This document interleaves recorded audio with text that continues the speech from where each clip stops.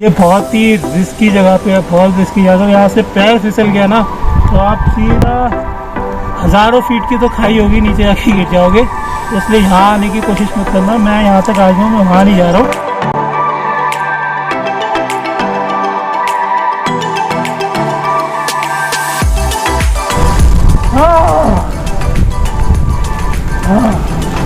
एक दो दिन का जितना टाइम है, जितनी खूबसूरती बटोर सकते हैं उतनी खूबसूरती बटोर लीजिए। आपको पता नहीं कितने टाइम बाद यहाँ पहाड़ों में वापस आने का मौका मिले। तो लकीली इस बार मैं आया हूँ, किसी ज़रूरी काम से आया था, बट मुझे उम्मीद नहीं थी कि वेदर मुझे ऐसा मिलेगा। स्नो देख लूँगा अभी आई थी, क्योंकि आज तो स्नो गिर ही रहा है, कल धूप आई थी, बट मेरे को लग रहा है अगर ऐसी मौसम रहा तो कल तक पूरा यहाँ सफ़ेद चादर बिछ जाएगी चारों तरफ, इतनी गारंटी है। अभी भी स्नो गिर रहा है यहाँ पे, ये देख सकते हैं स्नो मेरी जैकेट के ऊपर गिर रहा है। तेज स्नो गिरे तो और मजा आ जाए। गाइस ये देखिए नीचे गहरी खाई, कितनी गहरी खाई है। और मैं आज आपको एक ज़बरदस्त स्टंट करके दिखाऊंगा। मैं यहाँ से आपको कूद के दिखाऊंगा। One, okay, are you ready guys? 1 2 3। तो मैंने गाइस आपको यहाँ कूद के दिखा दिया, मैंने अपना वादा पूरा किया। आप ऐसी कोशिश मत करना, बहुत रिस्की है। चलो चलो। ये क्या है, गुफा? गाइस ये नीचे गुफा है। गुफा ये कहाँ जा रही है? गाइस आप देख सकते हैं नीचे एक गुफा है, अंदर तो नहीं जाने वाले हैं। नाक का फन, नाक का फन है ना वही। गाइस यहाँ कोहरे में कुछ नज़र नहीं आ रहा, मगर आप नीचे की जो स्टेयर्स है मंदिर से नीचे की तरफ जाती हैं, देख सकते हैं। और वो सामने माता सार देवी का मंदिर भी है, कोहरा है तो बिल्कुल नज़र नहीं आ रहा है। अरे कहाँ जा रहे हो? तो गाइस अभी एक और चीज़ दिखानी है आपको, तो दिखाते हैं आपको। चलो मंदिर तो वहाँ नीचे है, यहाँ हम होके आ गए। नीचे एक और जगह है जो बता रहे हैं हमें, चलो भी देख के आते हैं। गाइस देख सकते हैं कितनी गहराई है यहाँ पे, और ये है वो जगह। सो गाइस ये पत्थर मैंने पहले भी देखा था। एक्चुअली ये नाग का फन कहते हैं, मतलब नागराज हैं वो अपना फन निकाल के यहाँ खड़े हैं। तो पहले पटाल नहीं था, आई थिंक ये लगा दिया नया। हाँ ये कहा था, तो पहले पटाल नहीं था आई थिंक, अब ये लग गए हैं। और ये पकड़ना। सो गाइस इसको ये गाइस नाग और नागिन का फन है, जो फन होता है ना ऐसे, तो उस पोज में पत्थर है। यहाँ के जो किंवदंतियाँ है, जो यहाँ पे कहा जाता है कि प्राचीन समय से ये दो नाग हैं जो अपना फन निकाल के ऐसे खड़े हैं यहाँ पे।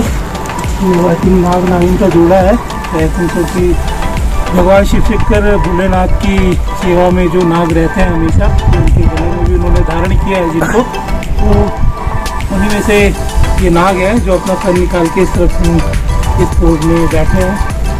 हाँ, इस तरह मैं फर्स्ट टाइम आया, पहले ऊपर से देखा था, बट अभी यहाँ पे ये पहले ऐसा नहीं था, उबड़ खाबड़ था, सीधा नीचे जैसा ही खाई है ऐसा था।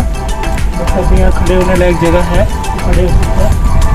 आप देख सकते हैं एकदम आपका जो फन होता है इस तरीके से, तो ऐसे ही पत्थर उसी शेप में फन लेके खड़े हुए हैं, जैसे एक सांप अपना फन लेके खड़ा होता है। आई थिंक कितने सांप होंगे? 1 2 3, ऐसे तो दो ही कहते हैं, नाग और नागिन। नाग और नागिन कहा जाता है जो अपने फन निकाल के यहाँ खड़े हुए हैं। ये जगह है, चलो चलते हैं आगे की ओर। ये गुफा तो मैंने आपको दिखा दी है।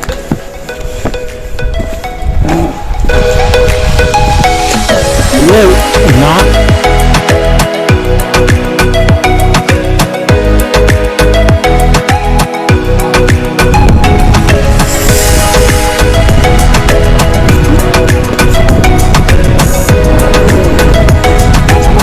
अभी हम मंदिर की तरफ जा रहे हैं दोबारा, ऊपर दर्शन हो गए। स्नोफॉल अभी कम हो गया है, थोड़ा स्नो गिरना शुरू हुआ था, बट अभी कम हो गया, अभी लग रहा है थोड़ी देर में। मतलब क्या हालात बनते हैं जिससे आपको पता होगा आपको कि स्नो कब गिरता है ज़्यादा, आप बताओ। गिरने वाला है जो ज़्यादा, मतलब मौसम कैसा होता है, मतलब इतनी ठंड पड़ती है। हाँ मतलब जो एक होता है ना एकदम, मतलब हो रखा है बहुत गिरने वाला। तो अभी 1-2 घंटे में गिर जाना चाहिए। ये बारिश हो रही है इस वजह से स्नो रुक रहा है, ये तो रीज़न नहीं है। जब बारिश रुक जाए, अच्छा हवा ना चले और बारिश बंद हो जाए तो शांत हो जाए ना। हाँ बताइए, हवा जो चल रही है हवा ना चले, गुम हो जाए, एकदम ठंडा पड़ गया तो बर्फ गिरने स्टार्ट। अब ठंडा तो हो ही रहा है, इससे कहीं ज़्यादा ठंडा क्या होगा यार, इससे भी ज़्यादा ठंड पड़ती है। इससे भी ज़्यादा ठंड तो अंगुलियों में ऐसा होता है, ऐसी ठंड है जैसे कि हम घूम रहे हैं, अभी घूमना हमारा बंद हो जाएगा। जितनी ठंड पड़ती है बाप रे। अभी कह रहे हैं यार भाई कि अभी और ज़्यादा ठंड पड़ेगी तब जाके दबा के एकदम स्नोफॉल होगा। मैं मेरी तो इतनी ठंड में ही हालत ख़राब हो रही है, वो कह रहे इससे भी ज़्यादा ठंड पड़ती है तो स्नोफॉल होता है, मगर इससे ज़्यादा ठंड में लग नहीं रहा झेल पाऊँगा। तो गाइस अभी माँ के मंदिर में आ गए हैं। तो गाइस अभी माता के दर्शन हो गए हैं, भीड़ तो ना के बराबर है आज, क्योंकि मौसम ही ऐसा है तो लोग बाग आए नहीं होंगे ज़्यादा, और काफ़ी ठंड है। माँ के दर्शन हो गए, माँ की मूर्ति लगी है। एक्चुअली मंदिर के अंदर फ़ोटो खींचना मना है, यहाँ पे कोई है नहीं, बट फिर भी हम रूल फॉलो करेंगे। आप आइए, दर्शन कीजिए, माता जी की स्थापना यहाँ हुई है, भोले शंकर का शिवलिंग ऊपर है, आप आगे दर्शन कीजिए। बाहर का हम आपको पूरा दिखा रहे हैं। मैंने दर्शन कर लिए हैं, होपफुली आपका भी मन हो तो आप भी आइए यहाँ दर्शन के लिए। माता कसार देवी के और शिव शंकर भोलेनाथ के आप दर्शन कीजिए यहाँ के। और यहाँ की जो एक अलौकिक छटा है, जो एक बोलते हैं परमात्मा की एक शक्ति है, उसका अनुभव कीजिए यहाँ आके। तो ये जगह उसके लिए है, और पूरी आपको काफ़ी मज़ा आएगा यहाँ पे आके। तो अल्मोड़ा से मैं भी आपको बता दूँ, ये 10 किलोमीटर अप्रॉक्स से अल्मोड़ा जो शहर है, अल्मोड़ा का जो बाज़ार है, वहाँ से 10 किलोमीटर अप्रॉक्स ये होगा। मुश्किल से 20 मिनट या आधा घंटा आपको यहाँ से ड्राइव करके पहुँचने में लगेगा, और काफ़ी खूबसूरत जगह है ये आने के लिए।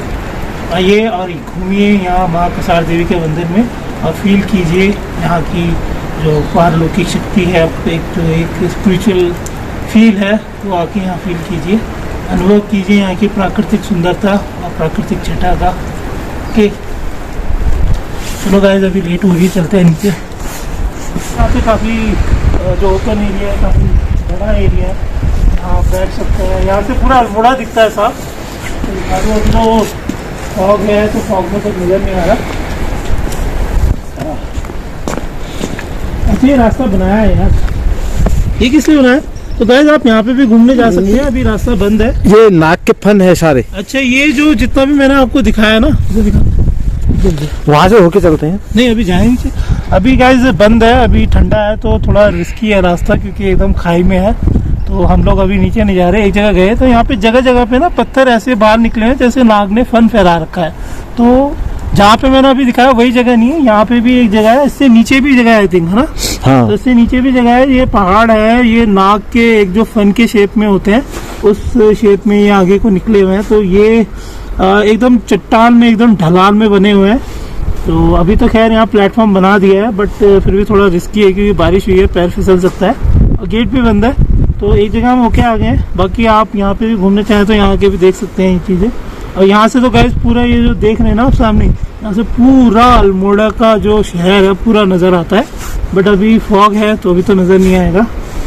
तो देख सकते हैं आप नीचे कितनी गहरी खाई है, दिखाओ एकदम नीचे। ये है वो नाग के फन, वो सामने वाला है, वो सामने वाला कौन सा? वो दिख रहा है, वो जो दिख रहा है, एक ये है नाग का फन, और ये पूरा नीचे, इसके नीचे रोड है ना ढलान पे। हाँ। एकदम ये नीचे आई थिंक सो कि 400-500 मीटर गहरी खाई है, और उससे नीचे रोड है, फिर उससे भी नीचे गहरी खाई है, और एक ये नाग का फन ये है, और ये सामने मंदिर है। तो गाइस चलो गाइस अभी चलो चलते हैं, काफ़ी ठंड हो गई है, कुछ पेट पूजा करते हैं, कुछ गरम शरम सूप वूप या कॉफ़ी शॉपी पीते हैं कि बहुत ठंडा हो गया। और भाई भी हमारी ठंड से काँप रहे हैं, तो उनको भी गर्म करना ज़रूरी है, घर भी वापस पहुँचना है। चलो देखिए, क्या शांति बनाए रखें। तो जब भी आप आए यहाँ शोर शराबा बिल्कुल नहीं करना यार, ये स्पिरिचुअल जगह है, यहाँ शांति के साथ आओ, शांति के साथ दर्शन करो और फील करो, अनुभव करो इस जगह को। और शांति के लिए ही आना चाहिए, कि यहाँ आके शांति जिसको चाहिए ना, वही फील के लिए उन बंदों को यहाँ आना चाहिए, उन लोगों को यहीं आना चाहिए, ताकि आप भी एक शांति का अनुभव कर सकें। आके यहाँ का माहौल ना ख़राब करें, शोर शराबा ना करें, और शांति के साथ आएँ यहाँ पे, शांति से दर्शन करें, मज़ा लें इस जगह का, तभी आपको असली मज़ा आएगा इस जगह का। जय हो, जय माता जी की। अच्छा तो मैं जो आपको एनर्जेटिक फील्ड के बारे में बता रहा था ना, तो कि वर्ल्ड में दो नहीं है, 3 स्थान ऐसे हैं जो वेल एनल बेल्ट के नाम से जाने जाते हैं। वेल एनल बेल्ट के प्रभाव क्षेत्र में ये एरिया आता है और नासा के एक रिसर्च के अनुसार जो ये वैन एलन बेल्ट है एक शक्तिशाली विद्युत चुंबकीय क्षेत्र है। ये एरिया जो मैग्नेटिक फील्ड होता है, इलेक्ट्रिकल मैग्नेटिक फील्ड है ये एरिया में। मतलब वो वर्ल्ड में 2 नहीं है, 3 एरियाज हैं जिसमें अत्यधिक मतलब बहुत ज़्यादा एक पॉजिटिव, एक सकारात्मक ऊर्जा यहाँ प्रोड्यूस होती है इस जगह पे। मतलब जो 3 area Allen Van Allen belt है, इस एरिया में एक पॉजिटिव, एक सकारात्मक ऊर्जा बहुत बड़े अमाउंट में प्रोड्यूस होती है। ठीक है, तो इसी मतलब इस सकारात्मक ऊर्जा के कारण यहाँ सदियों से जो योगी लोग हैं और बड़े जो साधक लोग हैं वो यहाँ आते जाते रहे हैं। उन्होंने यहाँ आके साधना की है और अपनी साधना को परिपूर्ण किया है। तो यहाँ की जो पॉजिटिव मैग्नेटिक जो मैं बता रहा हूँ पॉजिटिव वेव है, जो है पॉजिटिव एनर्जी, सकारात्मक ऊर्जा यहाँ प्रोड्यूस होती है, उसका लाभ उठाया है। उसके माध्यम से एक अपनी साधना को पूरा किया है और ज्ञान प्राप्त किया है यहाँ पे आके। तो आप भी अगर यहाँ पे आए, नॉर्मली हम जैसे लोग भी यहाँ पे आते हैं तो एक सकारात्मक ऊर्जा, एक पॉजिटिविटी की फील होता है यहाँ पे। तो गाइस आप भी यहाँ पे अगर आएंगे तो यहाँ पे एक सकारात्मक ऊर्जा का फील होता है, एक पॉजिटिविटी का आपको अनुभव होता है। तो जैसे आम लोग भी, हम लोग भी आते हैं तो हमें भी, मैं इसलिए आता हूँ कि मैं जब भी यहाँ पे आता हूँ तो एक पॉजिटिव एनर्जी चारों तरफ है, वो काफ़ी एडमायर करती है, फील होती है, तो काफ़ी शांति मिलती है मन को। तो इवन आपको भी यहाँ आना चाहिए। जब आप यहाँ आएंगे तो आप भी उस सकारात्मक ऊर्जा को फील कर पाएंगे, महसूस कर पाएंगे। तो आप यहाँ पे आइए और इस जगह का फ़ायदा उठाइए। एक अलग सी, एक बिल्कुल अलग सी मानसिक शांति का अनुभव आपको यहाँ आकर होगा। तो ये अब मतलब जग जाहिर है कि यहाँ पे आके एक पॉजिटिव एनर्जी है। तो आप यहाँ पे आइए और उस एनर्जी को, सकारात्मक ऊर्जा को ग्रहण कीजिए, फील कीजिए, आपको अच्छा लगेगा। ओके, चलो अभी इस बारे में मैंने हिस्ट्री में बता दिया, अभी फौरन नीचे चलते हैं। बहुत बड़ी हिस्ट्री है। तो गाइस अभी ऊपर से दिखाने के बाद भी भाई माने नहीं, उन्होंने कहा चलो नीचे घूम के आते हैं। ये है सांप का फन। तो ये है सांप। मैं जाऊँगा नीचे? आजा, यहाँ जिसकी नहीं है ऐसे इतना बोले सांप बड़े थे। ये है सांप।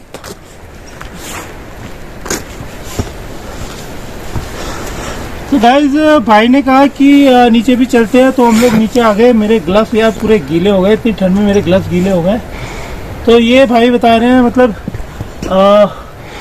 ये जो सांप का एक फन होता है उस शेप में पहाड़ है। मे भी यहाँ पे कई सारे पत्थर है जो इसी शेप में आगे की तरफ बढ़े हुए हैं। उनको देख के ऐसा लगता है जैसे सांप ने अपना फन फैला रखा है। तो यहाँ पे ऐसे एक नहीं कई सारे पत्थर है और माना जाता है कि वो सांप ही है जो इस पोज में बैठे हुए हैं, जो इस मंदिर के रक्षक हैं, जो भगवान भोलेनाथ के पहरेदार हैं, इस मंदिर के पहरेदार है। जैसे हमारे इष्ट गोली देवता मंदिर में बड़े बड़े पत्थर है, उनको कहा जाता है वो इष्ट गोली देवता की भैंसें थी जिनको चराया करते थे, अब वो पत्थर बन गए। तो ऐसे इस जगह पे इन पत्थरों की मानता है कि ये सांप है और इस मंदिर के रक्षक हैं और मंदिर की बाउंड्री में ये सब सांप तैनात है फन उठा के। तो एक किंवदंती है यहाँ की, जो लोक कथा है या जो भी पौराणिक कथा है उसमें ऐसा माना जाता है। इन सारे पत्थरों का शेप एक जैसा ही है। आगे ऐसा लगता है कि अपना फन उठा के वो पत्थर आगे की तरफ ऐसे फन उठा के बैठे हुए हैं। तो चलो यहाँ पे भी हो गया, एक सांप वहाँ पे भी है। अगर बाकी नीचे मैं आपको बता दूं, आप यहाँ तक तो आ सकते हो, इससे ज़्यादा नीचे जाने की कोशिश मत करना, बहुत रिस्की है। नीचे रास्ता भी नहीं है। अगर आप जरा सा भी अगर कुछ गलत स्टेप लेते हैं नीचे जाने के लिए तो कोई मिसहैपनिंग हो सकती है, एक्सीडेंट हो सकता है। तो इसलिए अभी यहाँ पे पहले ये नहीं था प्लेटफॉर्म, बट बन गया इसलिए हम लोग आ गए हैं। तो इसलिए आप मंदिर में आए, नीचे थोड़ा संभल के आए। अगर आपका एक्सपीरियंस नहीं है पहाड़ों का तो आपको नीचे नहीं आना चाहिए, कुछ भी मिसहैपनिंग हो सकती है। ठीक है, आगे चलते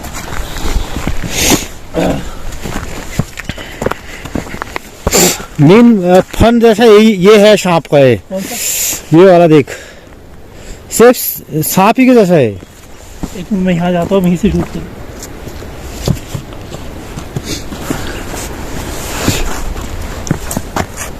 तो गाइज एक ये सांप जैसा फन जो सबसे बड़ा कहेंगे वो ये वाला पत्थर है, जो ये सबसे बड़ा फन है। और ये बहुत ही रिस्की जगह पे है, बहुत रिस्की जगह। यहाँ से पैर फिसल गया ना तो आप सीधा हजारों फीट की तो खाई होगी, नीचे जाके गिर जाओगे। तो इसलिए यहाँ आने की कोशिश मत करना। मैं यहाँ तक आ गया हूँ, मैं वहाँ नहीं जा रहा हूँ, वहाँ जाना भी नहीं चाहिए। बहुत रिस्की जगह है। यहाँ पे आप दूर से ही देख लेना, नीचे आने की कोशिश मत करना। अगर आपके साथ बच्चे हैं तो मैं आपको पर्सनली एडवाइस करूँगा नीचे बिल्कुल मत आना। सो ये है वो नाग का फन जो सबसे बड़ा है यहाँ पे। सो गाइस, देखा होगा आपने कितनी खूबसूरत जगह है। आप आओ यहाँ, आके मज़े लो यहाँ के, इस जगह का आनंद उठाओ। पर थोड़ा संभल के, इस रिस्की जगह पे मत आना, ऊपर ही रहे, ठीक है।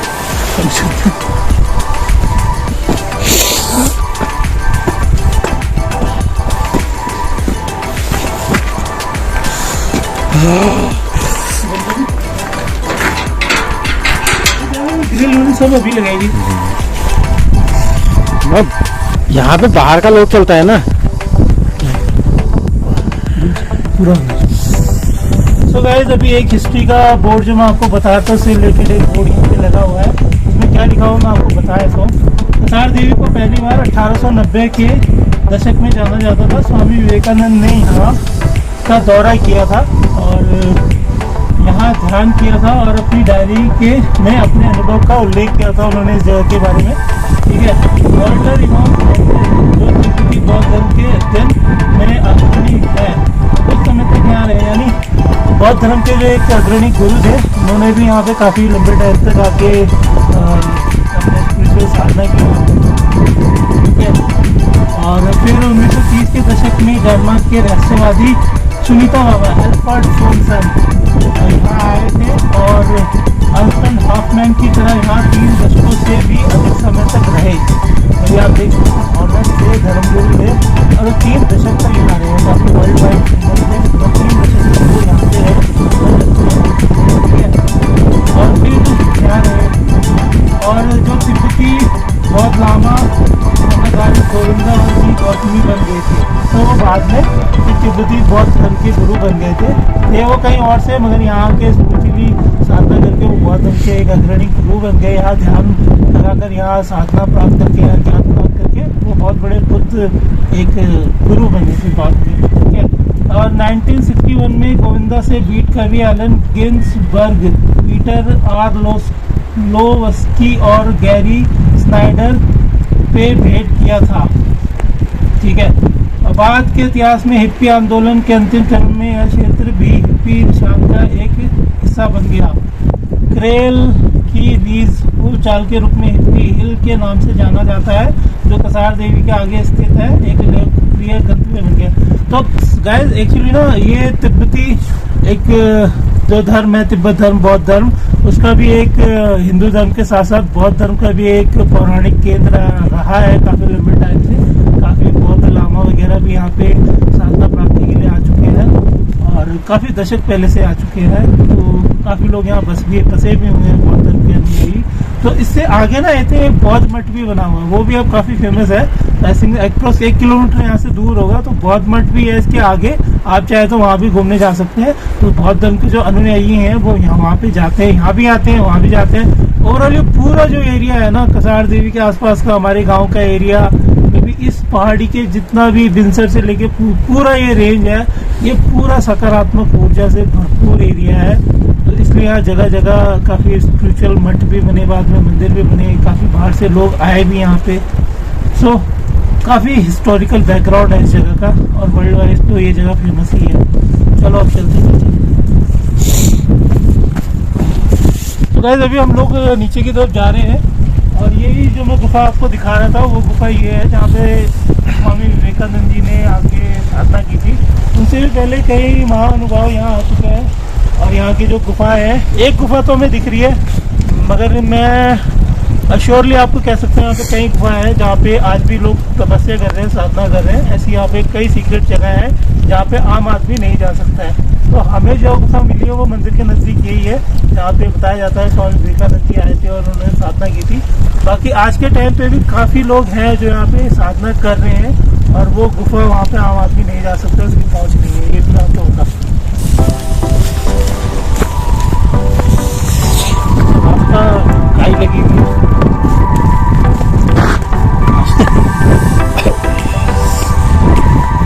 तो गाइस अब नीचे उतरने की तैयारी है। स्नो तो ज़्यादा नहीं गिरी है, होपफुली शाम तक गिरेगी, क्योंकि अभी भी ना थोड़ा एयर है, मतलब हवा चल रही है और बारिश हो रही है।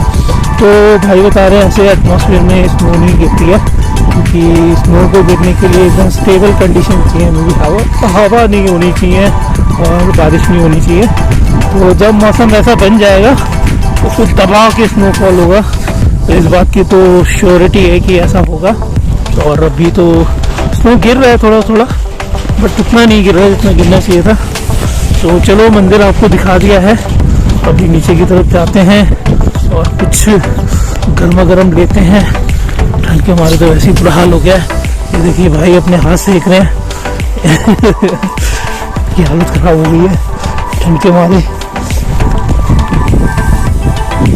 तो गाइस ठंड कुछ ज़्यादा थी, नीचे मंदिर से हम आए थे, यहाँ आग जल रही है, तो हमने सोचा थोड़े अपने हाथ पैर जो एकदम बिल्कुल ठंडे हो गए हैं उन्हें थोड़ा गर्म कर लिया जाए। तो भाई तो आग सेक रहे हैं, मैं भी थोड़ा अपने हाथ पैर गर्म कर लूँ यार। बिल्कुल दस्ताने पहनने के बाद भी यार हाथ एकदम फ्रीज हो गए। हाँ देख सकते हैं गाइस हाथ पूरे ठंडे पड़ गए। थोड़े से हाथ ठंडे करते हैं फिर चलते हैं नीचे। तो गाइस आप देख सकते हैं इस पत्थर में नाग बताते हैं आके लोग। जो ये येलो कलर का आपको नज़र आ रहा है, लगा लो उंगली से,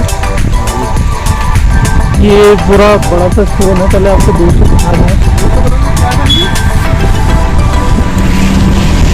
नागिन है। तो गाइस ये पूरा बड़ा स्टोन है, इसके अंदर ये जो येलो कलर का आप देख रहे हैं जो ये लहराता हुआ जा रहा है, ये मेरे मंदिर के गेट के पास है। ये एक नहीं दो है, एक नीचे यहाँ से यहाँ तक है, एक ऊपर से ऊपर तक। अच्छा ऊपर वाला दिखेगा नहीं, तो गाइस ये नीचे दिखेगा आपको, ये येलो कलर का जो जा रहा है। इसमें अभी हाथ पूरे ग्लव्स में हो रखे दिखाएं आपको। ये जो येलो कलर देख रहे हैं आप, ये सामने ये जो लहराता हुआ ऊपर जा रहा है, ये सांप है। ये पत्थर के अंदर ही मर्ज हो गया है क्या, तो उसको लोग बोलते हैं कि चट्टान के अंदर ही एक सांप है, वो उसके अंदर है। दो सांप बताते हैं, एक ऊपर की तरफ है, तो वहाँ का तो नज़र नहीं आएगा। तो इस पत्थर को भी आप देख सकते हैं आते टाइम। चलो, और ये है मंदिर का मेन एंट्रेंस, मेन रोड पे। चलो सो गाइस कसार देवी मंदिर का जो एक टूर था छोटा सा, वो खत्म हो गया। और ये जो पत्थर आपको दिखाना था, मैंने जैसे बताया इसमें सांप है, मतलब पत्थर के अंदर ही बैंड हो रखा है। मैं जो था येलो कलर का सांप है वो ये है, ये बताते हैं आके जो लोकल लोग हैं, वो कहते हैं कि ये सांप है, ये पत्थर के अंदर ही मतलब मर्ज हुआ है पत्थर के अंदर। तो दो सांप है, काफ़ी बड़ा स्टोन है, देख रहे होंगे बहुत बड़ा स्टोन है। चलो ये भी देख लिया। तो गाइस अभी कसार देवी मंदिर का जो एक छोटा सा ट्रिप था, जो छोटा सा टूर था, इस मंदिर के बारे में आप लोगों को बताना था, इस मंदिर से आपको इंट्रोड्यूस कराना था कि उत्तराखंड में एक इतनी भी प्यारी और इतनी सुंदर जगह है जहाँ पे आप आके विज़िट कर सकते हैं। और यहाँ की जो वैल्यूज़ हैं, हिस्टोरिकल जो बैकग्राउंड है, वो मैंने आपको बताया। होपफुली आपको ये वीडियो पसंद आया होगा और साथ में ये जगह भी पसंद आई होगी। तो फ्यूचर आप जब भी प्लान करें तो अल्मोड़ा का प्लान करें, तो आगे आप कभी भी अगर नैनीताल या अल्मोड़ा की तरफ आ रहे हैं तो कसार देवी ना आना भूलें। कसार देवी इसके साथ ये वीडियो यहाँ ख़त्म करते हैं और जाते हैं सीधा कुछ खाने पीने के लिए। चलो मिलते हैं रेस्टोरेंट में।